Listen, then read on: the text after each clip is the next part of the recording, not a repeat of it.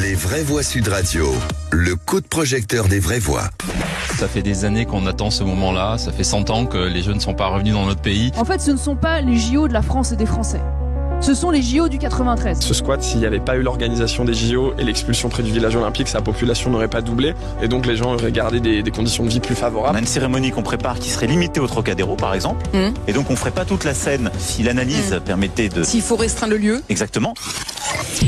Et malgré ça, la France a quand même organisé les Jeux paralympiques les plus spectaculaires de l'histoire. Ce sont les mots du président du comité international paralympique. Hier, la vasque donc s'est éteinte, refermant un mois et demi de festivités sportives. La cérémonie de clôture a été quand même regardée près de 8 millions de téléspectateurs. Alors parlons vrai, est-ce que la France est un grand pays de sport? Est-ce que le sport français va se développer grâce aux JO? Et à cette question, que retiendrez-vous des JO et des JO paralympiques de Paris? Vous dites à 40% la sécurité, à 34% l'engouement populaire, à 20% la fierté nationale et à 6% l'organisation. Vous voulez réagir? Aude attend vos appels au 0826 300 300. Et pour en parler, Anthony Martin-Smith, vous le connaissez, un judoka paralympique et consultant Sud Radio, est avec nous. Bonsoir Anthony, merci d'avoir accepté notre invitation. Et est-ce que vous pourriez retenir, vous Philippe, l'organisation, la sécurité, l'engouement populaire ou la fierté nationale finalement? J'allais dire ni les uns ni les autres. L'efficacité de la France dans cette organisation, parce qu'on était tellement craintifs avant que ces Jeux commencent que finalement, pas seulement les Français, mais je crois les étrangers ont été surpris de voir à quel point la France, quand elle le décidait et qu'elle était parfaitement organisée, parvenait à dépasser toutes les craintes même qui apparaissaient les plus lucides avant que ça commence. C'est évident. Philippe, t'aurais pu dire aussi que ce que tu retenais, c'est le fait qu'il y avait 3 joueurs de l'USAP qui avaient été champions olympiques. Oui, c'est vrai. Jefferson Lee, Jean-Pascal Barak. Non, mais tu vois, il faut le dire. Moi, c'est pas pour vous gêner que je dis ça, mais c'est un état. C'est tout pour dire. Parce que ce qui est vrai dans les critères, moi, je pense que si tu avais dit, je pense que 100% des gens ont quand même retenu les médailles qu'on a eues, le rêve que ça donnait aux gens. Regarde Léon Marchand. Mais le nombre de gamins qui ont plongé dans les piscines en pensant, on n'avait que des petits Léo Marchand dans nos piscines cet été. Voilà. Et puis en plus 3 joueurs de l'USAP champions olympiques. Merci Philippe. Mais Philippe, il fait des ploufs, mais c'est sur ses vannes. Non, moi je dirais vraiment la fraternité, c'est-à-dire que ce qu'on a envoyé au monde est quand même juste extraordinaire. Au-delà, je suis pas tout à fait d'accord avec François, au-delà des performances sportives, on a envoyé au monde les valeurs de la France les plus éternelles. Ça commence avec la cérémonie d'ouverture qui sidère le monde entier, à part les gens qui râlent en France, mais les éditos, on n'a jamais vu. Et même les Américains disent, mais comment on va pouvoir faire mieux? Et puis, ces athlètes nous broient le cœur. Ils ont prévu de privatiser le canal de Panama. Non, en tout cas, les Paralympiques nous ont brisé le cœur. Ils nous ont broyé le cœur à un autre endroit d'ailleurs que les Jeux Olympiques. Moi, je pleurais avec le penalty du Cécifoot, avec ce ballon. Je pleurais. Vous savez ce qui m'a fait pleurer? La hola silencieuse. Comment un stade, c'est ça la fraternité, c'est des cœurs en cohésion. C'est comment un stade décide de faire une hola silencieuse pour que les joueurs puissent jouer et entendre le grelot du ballon. Magnifique. Avec un speaker, madame. Non, mais ce que je veux dire, c'est magnifique, quoi. Vraiment, la France, la puissance de la France. Anthony, qu'est-ce que vous avez retenu, vous? Ce que je retiens, c'est que quand on veut, on sait faire. On sait avoir une ville propre, sans rage, j'allais dire. Non, il y en a toujours. Mais on sait faire une ville sécurité. Enfin, une ville où on se sent en sécurité. Moi, j'ai pas senti à un seul moment ce sentiment d'insécurité que je peux ressentir quand les Jeux ne sont pas là. Donc, quand on veut, on peut. Oui. Voilà, c'est ce que je retiens. Je retiens des forces de l'ordre qui incroyablement m'ont fait rêver.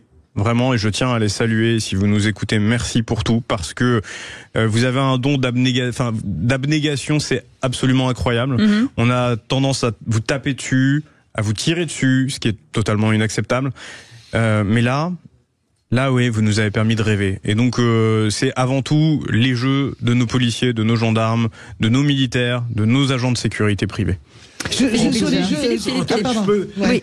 Si tu permets, le hasard fait que j'ai entendu beaucoup de réactions ces derniers jours, et bien sûr, globalement enthousiastes, hein, mais les légères critiques portaient sur le fait que des gens considéraient qu'on avait peut-être exagéré en focalisant uniquement sur les victoires françaises et pas assez sur l'ensemble des compétiteurs. Qu'est-ce que tu en penses? C'est vrai, hein, on a été extrêmement chauvin, ça a été coq pour nos Français et rien pour les autres quasiment. Il y a eu un peu de fair play, mais oui, c'est sûr qu'on n'a pas été très ouvert aux autres pays. Ça, je l'ai un peu regretté, je dois le dire, parce que dans d'autres pays, ça se passe pas comme ça. Moi, je suis pas d'accord. D'abord, si tu parles des Paralympiques, parce qu'en tout cas sur les jeux classiques, enfin, je veux dire, on a fait des directs entiers avec Simone Biles, on a fait des directs entiers avec l'équipe d'Allemagne d'équitation, avec les Japonais qui gagnent dans les stades, je veux dire. Mais non, mais dans les stades, mais dans ce qui a été, comment dire, c'est pas vrai, parce que quand c'est le Japonais qui gagne au fleuret, par exemple, il décroche la médaille d'or contre un Français, eh bien, le stade fait une ovation au vainqueur japonais. Donc moi, j'aime pas, je trouve que c'est absolument pas tout à fait exact ce qui s'est passé. Que vous dites là. Moi, je voudrais aussi souligner un point qu'il faudrait vérifier. On me dit, je ne sais pas si c'est vrai, c'est peut-être exagéré, mais je ne crois pas que le quart ou le tiers des sportifs médaillés étaient au niveau ou en dessous du seuil de pauvreté. Ça veut dire que la plupart de nos médaillés sont en fait des jeunes qui se sont entraînés sur leurs propres sous. Et regardez, les 3 médaillés du ski boss, là, comment ça s'appelle, NKM, KTM, je sais pas quoi, là. Ils se sont entraînés sur leurs propres sous. Moi, ce que je trouve absolument extraordinaire, c'est que une grande partie de nos sportifs se sont entraînés sur leurs propres sous. Et quand on m'a dit ça, le tiers des sportifs qui est au niveau du seuil de pauvreté, il faudrait vérifier ce chiffre. Je ne sais pas s'il est exact, mais si c'est le cas, c'est encore plus beau. Alors n'en parlons pas pour le Paralympique, où les conditions sont encore plus dures. Mais c'est pour ça que moi je suis très choquée qu'ils aient réduit le montant des médailles d'or. C'est-à-dire qu'il y a un moment, c'est toute une vie de sacrifice. Ouais, je suis d'accord avec ce que vous dites, mais moi je suis d'accord, je suis absolument d'accord avec ce que dit Cécile. Je voudrais rebondir aussi sur ce que dit Anthony. C'était une merveille, la sécurité était une merveille. Combien de fois je me suis fait contrôler parce que je devais aller dans les zones, etc. Alors non seulement vous aviez les policiers, les gendarmes français qui disaient oh là on peut pas vous dire parce qu'on n'est pas d'ici, donc tu sentais que ça venait de toute la France. Et puis il y avait tous les étrangers. Je suis tombé sur un barrage de Coréens. Alors là c'est merveilleux. S'il vous plaît, excusez-moi de vous déranger, vos papiers, tu vois. Mais il y avait les Italiens, les Mexicains, etc. J'ai trouvé, écoute, je suis d'accord avec Anthony, il y avait une espèce de, ils ont mis une délicatesse, si tu veux, à essayer de nous faire avaler les grands inconvénients, parce qu'il y en avait quand même. Moi, je les ai trouvés géants, les flics. Mais ces sportifs avec très peu de moyens, ils nous ont fait rêver. Ils nous ont fait rêver sur le travail, sur la résilience, sur l'abnégation. Ça, c'est des vraies, très très belles valeurs qu'il faut arriver. Et le problème de ce qu'on voit en politique depuis 5 mois, 6 mois maintenant, on ne parle que cette espèce de bashing. On ne dit pas ça. La France, elle est là. La France, elle est là. Moi, je voudrais dire une image qui m'a marqué, c'est quand les Français font premier, deuxième au BMX, qui savent qu'il y a leur copain qui est en bataille pour la médaille de bronze derrière, et que les deux ne lèvent pas les bras, ils regardent derrière eux la ligne d'arrivée, et là, quand ils voient leur copain qui finit troisième, qui explose de joie. Ils s'entraînaient sur leur denier personnel.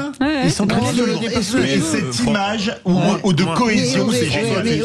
C'est exactement mon cas comme celui d'autres. Moi, je peux te donner un chiffre. L'année dernière, j'ai dépensé 36 000 € sur mes deniers personnels pour pouvoir m'entraîner.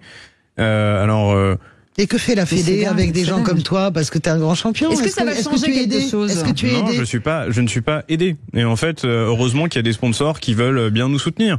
Mais sinon, c'est difficile. Oui, ce sujet du sponsoring, il est valable dans tout le sport comme dans la culture d'ailleurs. Ça m'intéresse comment ça procède. De manière générale. Comment ça procède? C'est-à-dire que c'est toi qui dépenses cet argent-là, mais comment est-ce que tu peux le récupérer? C'est ça que je comprends pas. Tu peux pas.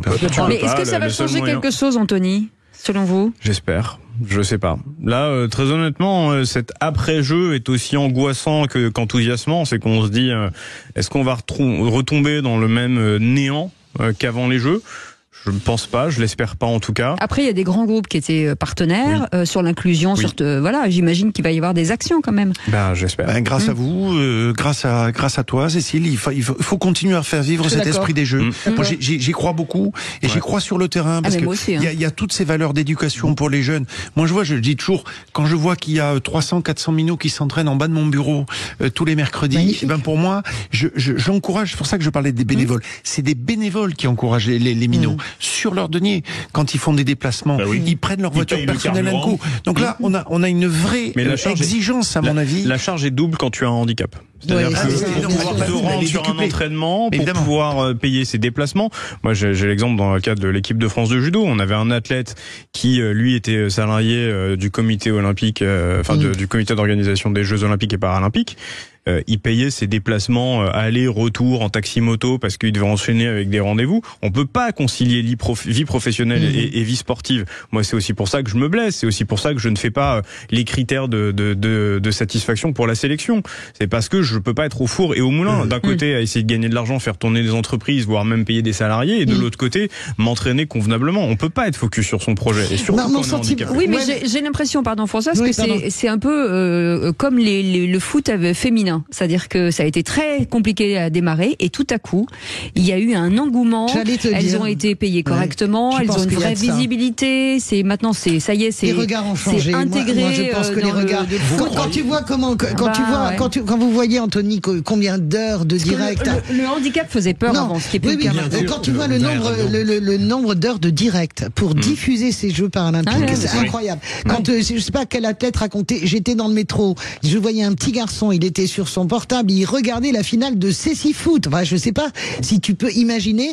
Même moi, au début, j'avais un peu peur de regarder la cérémonie. Je dois le dire, les corps abîmés, tu vois, avec les fauteuils roulants, il y a toujours quelque chose qui nous fait peur. Et en fait, on a tous cette terreur. Et on est partis comme des fous dans cette cérémonie d'ouverture et ça a embarqué les cœurs. Et reconnaissons aussi une chose à deux organismes qui sont essentiels dans la vie du pays, la police et l'armée, parce que nombre d'athlètes étaient militaires ou policiers. Oui, d'accord. Les jeux d'Apolis, c'est bien. De la police que l'armée. Non, mais je veux bien, mais c'est pas que les jeux d'Apolis non plus. C'est que les jeux d'Apolis. Non, mais parce que ça les aide. Beaucoup de militaires et de policiers, non? Oui, parce que ça les aide, Françoise. Mais moi, je crois qu'on a changé. On a changé quand même. Est-ce que tu crois pas qu'on a changé le regard, en fait?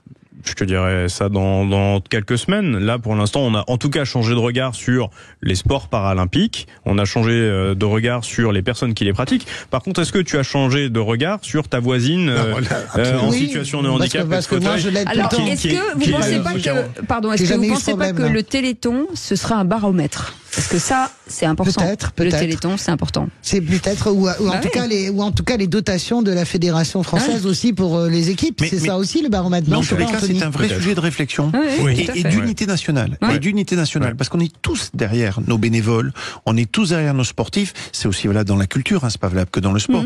Tous ces gens quand même qui ont des difficultés à exister, à financer leur activité au quotidien. Et il faut vraiment que là, on ait une vraie réflexion. François, c'est vraiment bien ce que vous dites, et moi j'adore ce que dit Anthony. Est-ce qu'on a changé de regard?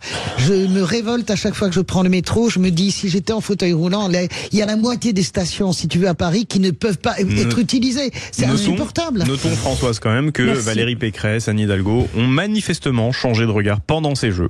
Et elles ont signé un accord historique disant que désormais, avec l'APF, France Handicap, que les stations seraient entièrement accessibles. C'est formidable. Voilà. J'ai vu ça, c'est pour ça que je dis ça c'est quand même... Ça, c'est mon métier. Ça, c'est mon métier. L'accessibilité des centres-villes, ça a été voté il y a 20 ans. On n'a toujours pas avancé. Le nombre de trottoirs qui sont pas au niveau. Merci beaucoup. Il n'y a pas que les trottoirs qui sont pas au niveau, moi je vous le dis, moi. Est-ce qu'il a réussi? Est-ce qu'il a réussi? On peut remettre Quentin Mesmel. Et par contre, vous n'oubliez pas que l'USAP est au niveau avec ses 3 médaillés d'or. Oui,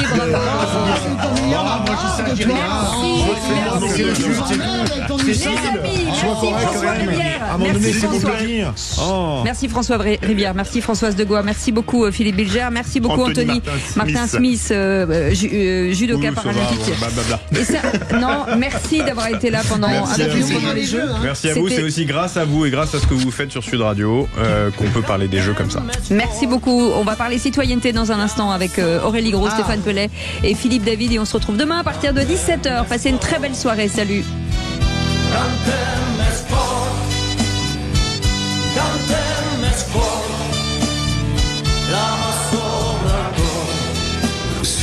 Sud Radio. Parlons vrai. Sud Radio. Parlons